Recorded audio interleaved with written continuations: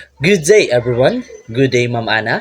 This is Mark Del Inojo, a BEd third year student of Nurso Shaton Campus. Welcome to BEd Assess 1, Competency Based Assessment 1. In this video, we will be learning together about analyzing research findings and their implication for teaching and learning. But before that, allow me to present first our learning objectives. Demonstrate comprehensive knowledge and understanding of the steps on how to analyze research findings.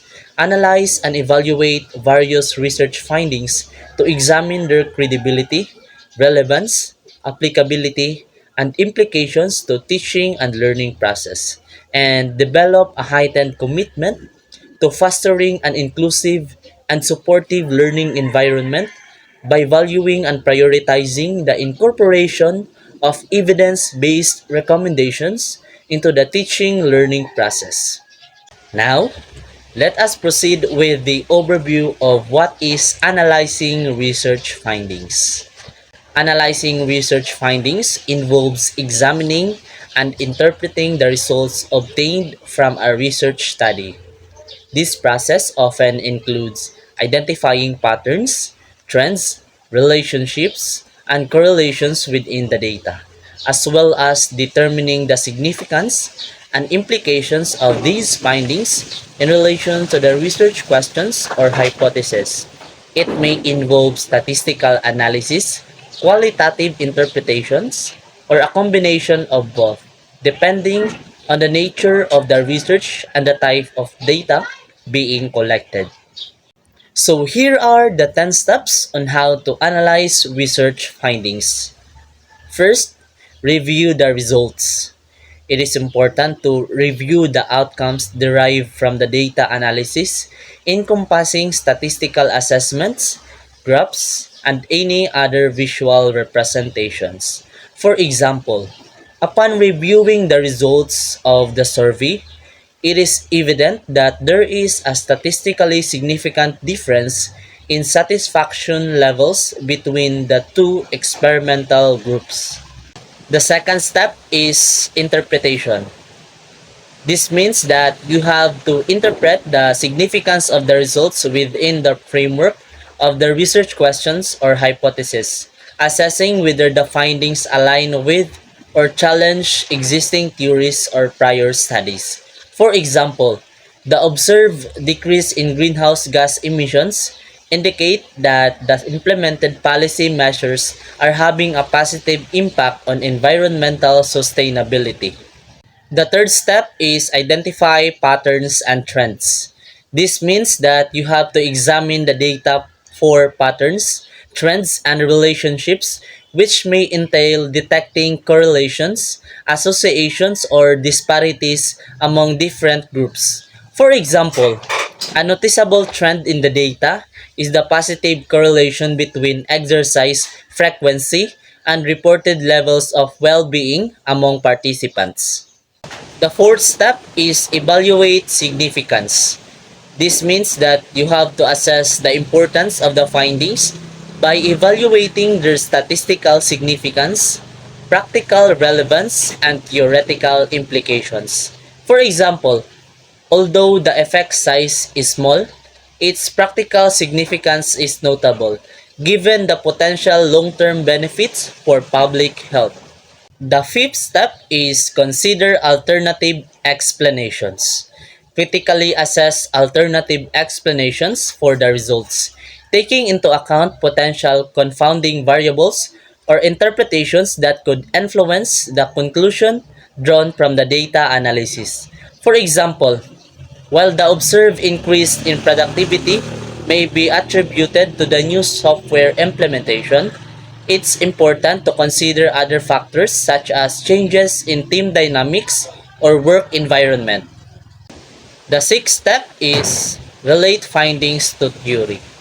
It is important to establish connections between the research findings and pertinent theories of conceptual frameworks, analyzing how the results enhance comprehension of the topic and whether they uphold or contest existing theories.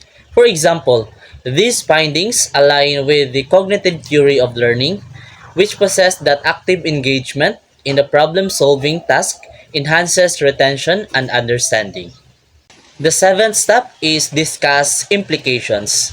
This means that you have to reflect on the practical implications of the findings, exploring how they could shape policies, practices, or future research endeavors within the field. For example, understanding the relationship between dietary habits and cardiovascular health has significant implications for public health interventions aimed at reducing the prevalence of heart disease. The eighth step is address limitations. This means that you have to recognize any limitations inherent in the study, such as constraints in research design, data collection methods, or sample characteristics, which may have influenced the findings.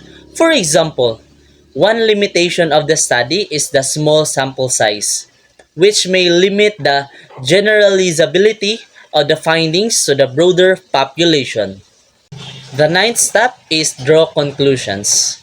This means that you have to provide a concise overview of the primary conclusions derived from the research findings, clearly articulating the implications of the data for the research question or hypothesis. For example, based on the findings, it can be concluded that there is a positive relationship between employee job satisfaction and organizational commitment. The last step in analyzing research findings is considering future directions.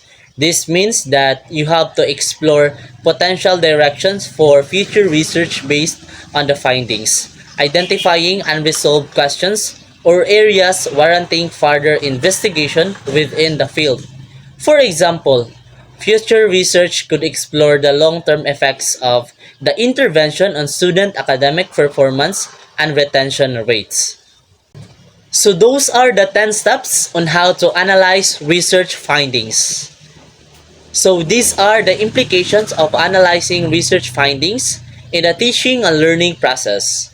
First, it helps students and teachers to find solutions to particular problems arising in the classroom or in the school environment. Second, it underpins professional learning of knowledge, skills, and understanding. Third, it connects with sources of information and networks of professional support. Fourth, it clarifies purposes, processes, and priorities when introducing change. For example, curriculum, pedagogy, or assessment methods. Fifth, it improves understanding of professional and policy contexts, organizationally, locally, and nationally, enabling teachers to teach and lead more strategically and effectively. Last, it develops agency, influence, self-efficacy, and voice within the school and more widely within the profession. So that's all for today's video, and I hope that you have learned something new. Thank you for watching.